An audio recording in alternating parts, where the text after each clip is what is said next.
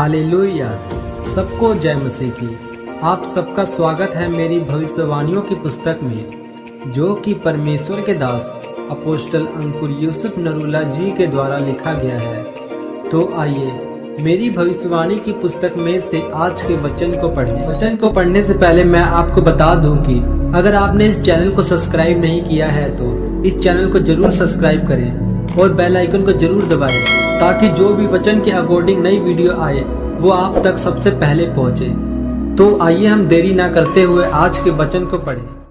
आज का विषय है परमेश्वर की मर्जी को पूरा करें। जैसे कि यूहन्ना की पुस्तक 6 अध्याय उसकी 15 आयत में लिखा है, यीशु यह जानकर कि वे मुझे राजा बनाने के लिए आकर पकड़ना चाहते हैं, फिर पहाड़ पर अकेला चला गया। मेरे प्रियो, बाइबल बताती है कि जब तक आप परमेश्वर की संपूर्ण मर्जी में शामिल नहीं होंगे तब तक आपके जीवन में अकेलापन, अधूरापन खत्म नहीं होगा। और जैसे ही आप परमेश्वर की संपूर्णता में शामिल होंगे, फिर एक ऐसी शांति, एक ऐसा अनुग्रह, एक ऐसी आशीष, एक ऐसी सामर्थ्य आपके जीवन में ठहरेगी कि जो कोई व्यक्ति आपको नहीं दे सकता। बाइबल कहती है कि वो तुम्हारी समझ से परे होगी। ऐसी शांति परमेश्वर आपके जीवन में उतारेगा। बाइबल बताती है कि प्रभु यीशु मसीह का संपूर्ण ध्यान परमेश्वर की इच्छा पर था। इसलिए जब यीशु मसीह पहाड़ पर गए तो उन्होंने देखा कि एक बड़ी भीड़ उनके पीछे आ गई। परमेश्वर ने उनके खाने के लिए तैयारी करने को बोला और परमेश्वर ने 5 रोटी और 2 मछलियों के लिए परमेश्वर का धन्यवाद किया और तोड़कर उन 5000 लोगों को खिलाया। और इतने लोगों के खाने के बाद भी 12 टोकरियां बच गई। बाइबल कहती, उस समय उस देश में रोमी सरकार के खिलाफ एक राजनीतिक लहर चली थी।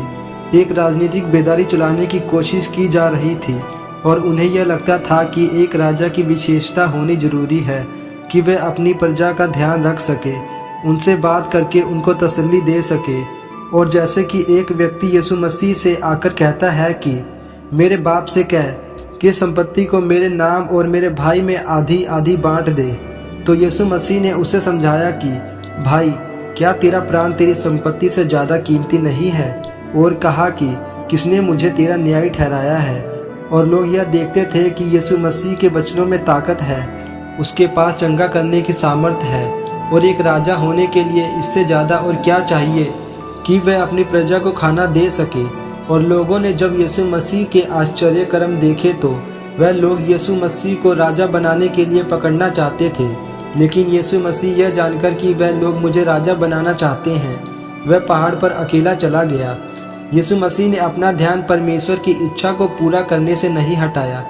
यह कोई छोटी उपलब्धि नहीं थी कि एक देश का राजा बन जाना।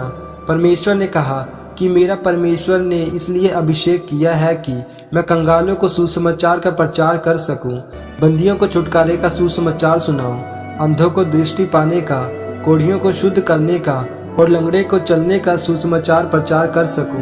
परमेश्वर जानते थे कि उनको परमेश्वर की मर्जी किस तरह पूरा करनी है। आज अब परमेश्वर के रास्तों पर चलोगे तो आपके सामने बढ़िया चीज़ें आ सकती हैं, लेकिन क्या आप परमेश्वर की मर्जी को छोड़कर उसके वचनों से बाहर आकर दुनियावी चीज़ों को अपनाते हो, या फिर प्रभु यीशु मसीह के काम करना चाहते हो? आपकी आशीषें आपके ऊपर निर्भर करती है, क्योंकि इस दुनिया को पैसे ने, टेक्नोलॉजी ने नहीं बदला, पर परमेश्वर की मर्जी पर ध्यान केंद्रित करने ने बदला है। इसलिए चाहे आप जहां तक भी जाएं, आप परमेश्वर के साथ पवित्रताई में चलना और उसके साथ समय बिताने को ना छोड़ें, ताकि आप परमेश्वर में अपनी मर्जी को पूरा कर सकें। आमीन। तो आइए हम परमेश्वर के दास के द्वारा लिखे गए इस अंगीकार को एक मन होकर करें।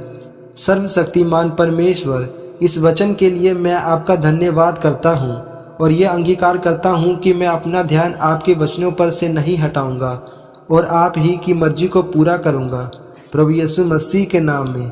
आमीन। परमेश्वर आप सबको आज के वचन पर मनन करने के द्वारा आशीषित करे। आमीन। सबको जय मसीह की।